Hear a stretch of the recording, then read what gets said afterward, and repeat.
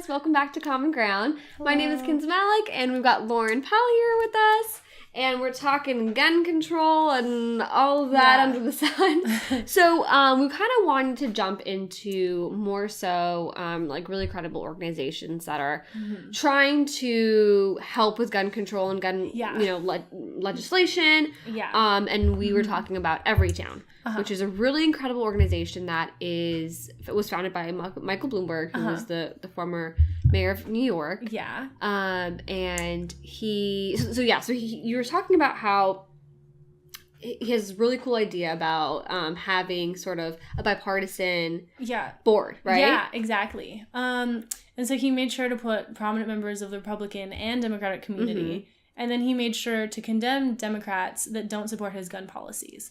So he's kind of saying, like, this isn't always Republicans versus Democrats. Definitely. This is just an important issue that we need to get mobilized on as a whole society. And I think that's really powerful. Definitely. And honestly, in today's world where everything is so divisive, it's honestly impressive that at least one person has decided, like, okay, we're not going to get anywhere if we don't work with Republicans.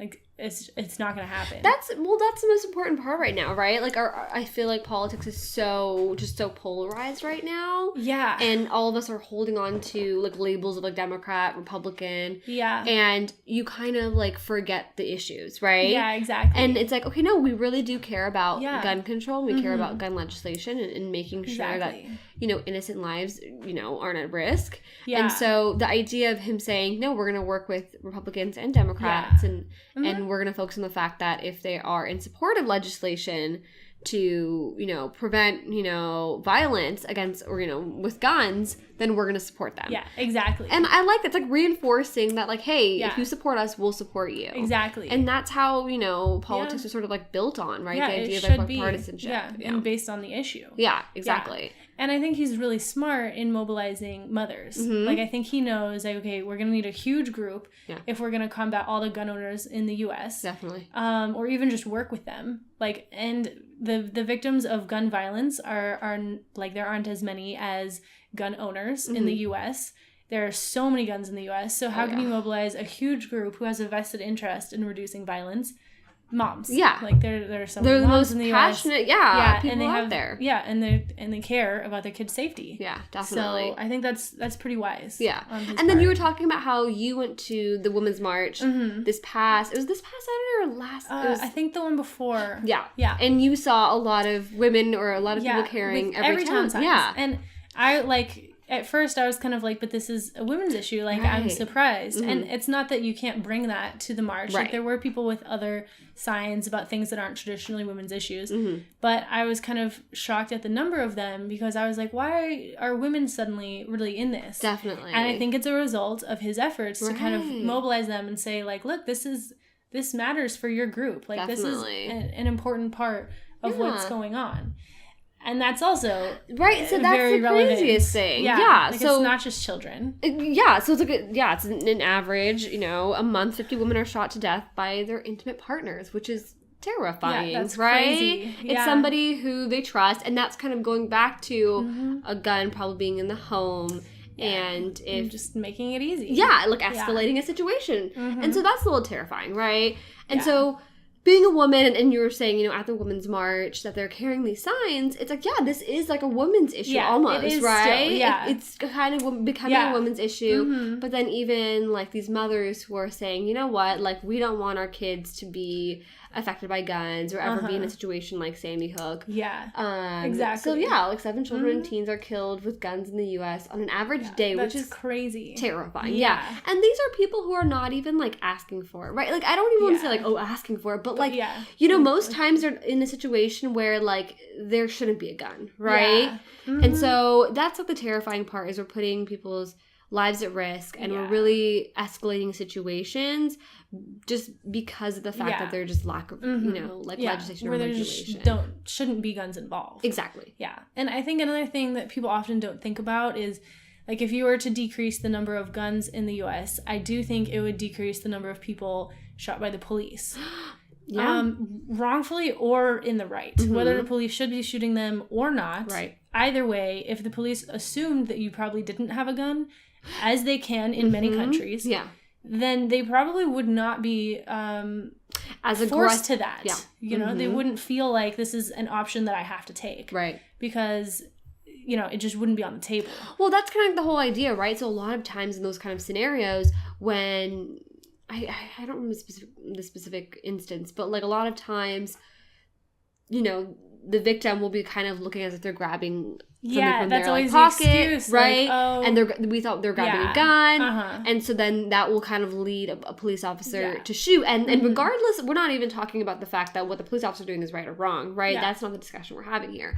Yeah. But we're talking about is that like that sort of threat level wouldn't be there. As high. Yeah, like exactly. Sure, there would still be some guns in the U.S. Totally. But if you didn't think that the average person had access to a gun, then you wouldn't have that. Yeah, you probably would not think that. Yeah, exactly. Yeah. So. I think that's a very accurate sort of depiction. You know, it would just drop down. Like public perception would change. Like there would be so many ripple effects. Mm-hmm. It would be huge. Yeah, definitely. But, I mean, like, let's hope that we can find ways, like Everytown. That's what I like about Everytown is how it's providing sort of like a tangible, like, resource to people. And like, you know what? Like, you know, we could sit here and talk about it and talk about the dangers of guns. But there's also, like, a way where someone has, like, provided a resource that we could sort of do something. Thing. Yes, exactly. Yeah. And sort of be able to further along and hope that this legislation will change, right? Which is pretty incredible. And then you were talking about earlier, how, you know, you had studied abroad in Botswana, which is incredible. But you had talked about you had personal experiences there, right? Because obviously it's a different country, you know, it's not the same here. It's very different. They have different regulations. Yeah. So how was that, and how did that kind of, how was your experience with that? So, well, going back to like how pervasive gun culture is in the U.S., right. It was interesting when I was there how many times I got asked, like, do you own a gun? Have you ever shot a gun? Like, why are Americans so obsessed with guns? It was always like, what is this thing with you guys and guns? And another thing that was interesting to me was I had not realized previously exactly how pervasive Western culture is. The whole world is watching America's from the movies, other side, listening to our music, like watching our TV shows, the whole thing. Like our culture is really being spread. And one thing, like some things really do get picked up in other cultures. And what I found perplexing in Botswana was that they didn't seem to pick up our gun culture. No one was like, oh, I want to own a gun. It just wasn't really a part of life. Like it's not really seen as a big deal there. Right. And it's interesting because they're right next to South Africa. And I always thought like, well, wouldn't it be so easy for the tons of guns there to get smuggled in? But it's just really not a big problem. Like, guards there don't have guns. Sometimes the police don't carry guns. Oh, wow. Like, it's not a worry. Right. Like, no one thinks about it. And they do have a problem with robberies, but to them, it's like, why would you need a gun? That's just going to escalate the situation. And that's, like, a rational way of, like, thinking, too. But they can think that way because they know the intruder almost certainly does not have a gun. Like, the whole time I was there, of the robberies that I heard of, no one was worried about there being a gun. And I would ask them, like, so you don't think that you need one for protection? And they would say, well, why would I? Like, that's ridiculous. Right. Like, there's no way that it's just crazy. Right. And that's kind of like a weird mentality to hear as an American. You're like, that is something we don't practice or preach here at all. Yeah. Yeah. And so that's like a weird, interesting way to sort of see things. Yeah. And it was weird for me, like being like growing up kind of around guns. Definitely. And to see like how it just wasn't in their culture. Right. And another experience I had with that was I was friends with this student at UCLA from Singapore. And he stayed at my house for Thanksgiving because he didn't want to fly all the way back to Singapore. And he was like looking at my dad's guns and he was just like, wow, like, can I take a picture with them? But he had been in the military in Singapore for 2 years. Oh, so you think that he's like very much we were like, oh, of course. Yeah. But no, like even in the military, they're like, you don't always need to have a gun. Like all of you are not out here killing people. Right. So it was interesting to me, like it would be weird to be that excited to pose with a picture if you were in America, but especially like you're from the military. Definitely. But just the gun culture was not as pervasive. Well, that's kind of the interesting thing. I think it kind of leads to the fact that like you don't need a gun to defend yourself necessarily. Yeah. Right? Clearly that's being practiced. In these countries are doing fine. Yeah. right? Like, they have militaries, and you were saying before, like, clearly police can keep, peace without guns. They feel the need to not even have guns. Yeah. When you were saying before, intruders... but I think it's hard, like, when so many people have guns, and it's like, well, I need a gun too. Yeah, that's kind of the mentality, right? Yeah. It's like, obviously, if you know for a fact that people out there have guns and they could use that against you, I could understand. Like, well, I'm not going to fight them with a knife. Like, that's right? Crazy. And then I can understand the mentality of saying, like, well, if someone else has a gun out there, then I want to have a gun. Yeah. I mean, I'm terrified. I'm like, that's just escalating a situation that you don't want to be in, but...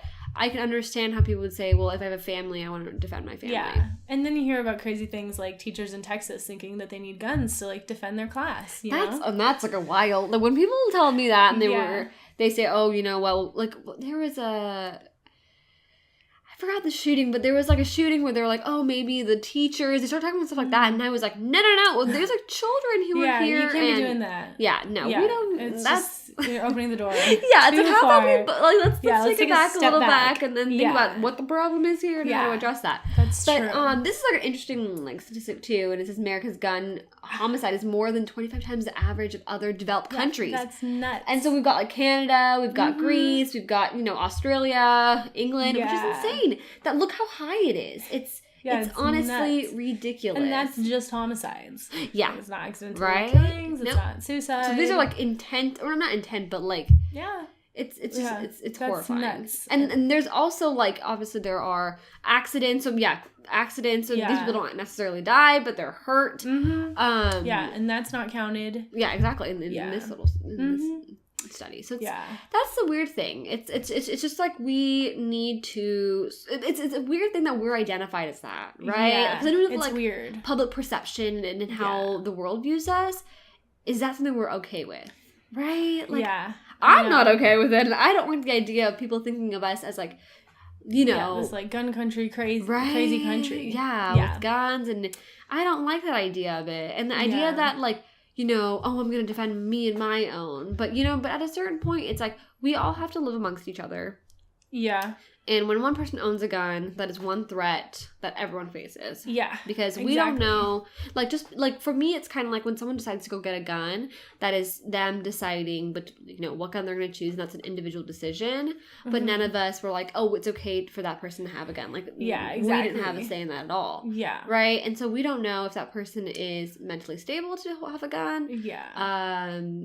Mentally, responsible enough to, to be able to carry a gun. And just out here. Exactly. Yeah, doing what they want. And so, at a certain point, us, who are members of society who are kind of living amongst them, like, we didn't sign up for that, Yeah. And so, for me, that always makes me a little more uncomfortable. And I don't know, but that's, like, I think that's more of, like, a wider issue. And, like, I don't know if that's ever going to get solved. Unless, like, we, like, completely get rid of guns. But I think, like, the idea of organizations like Everytown is allowing people, especially, I feel like millennials, we tend to look, I feel like we're the generation that's like, okay, like, these are the problems, but, like, how can we get involved, right? Like, how can we produce, like, tangible results, right? And I think organizations like this kind of help people like us be like, okay, well, this is a problem that's, like, we're facing and we're passionate about, and, like, you are providing us resources that, like, okay, like, maybe we could call these specific congressmen and be like, hey, we want this kind of specific call to action, right? And that's what I love, and I think that's, like, we want encouragement of, like, organizations like that, and really hold ourselves accountable. That was the one thing I remember. We had a segment where we went to the Women's March, and unfortunately I couldn't go, but my sister went, or one of our producers here, and so she went, and she had, like, a list of questions she wanted to ask people, and I was like, what, one question you should ask is, like, what is something you're gonna do, like, what we first asked was, what is a cause you're passionate about, right? And then I wanted the following question to be, what is something you're going to do that's going to further that sort of, passion or that change you're looking for. Yeah. And so that's kind of like what it is, right? So a lot of people who are passionate about gun violence or, trying to get gun regulation, organizations like this are then helping people like that, provide them with resources they really need. Exactly. Because I think a lot of times people don't know what to do. Exactly, right? Yeah. They're like, I know this is bad. I know I want to see something different. but I don't know who is making the decisions, right? Exactly. And so, and like a lot of people who maybe weren't aware of the CDC, you know, that whole dilemma, they'd be like, wait, what? That doesn't make sense. We want to push Congress to be like, hey, no, Congress. Like getting the information out there. Exactly, right? Yeah. And so that's kind of like what we're trying to do here, right? Is we're trying to get people, like that's kind of the purpose of this podcast, is like really get millennials to have conversations about politics, right? Because a lot of us don't, I think a lot of us have like discussions with our friends, right? But sometimes obviously we all come from different homes, and like there are like touchy subjects that you don't bring up in front of your friends, right? And so hopefully we can allow a more like comfortable environment where people are able to be like, hey, like you have your opinions and I have mine, but like we can find like a sort of like a common ground. That wasn't even planned.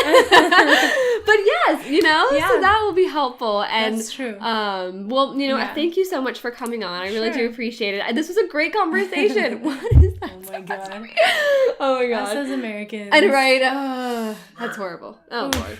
But this was great. And we definitely want to have you on again. But thank you so much for coming out. Thank you. And I had a great time. I'm so glad. Thanks. All right, guys. Well, please keep watching, and we'll see you soon. Bye. Bye.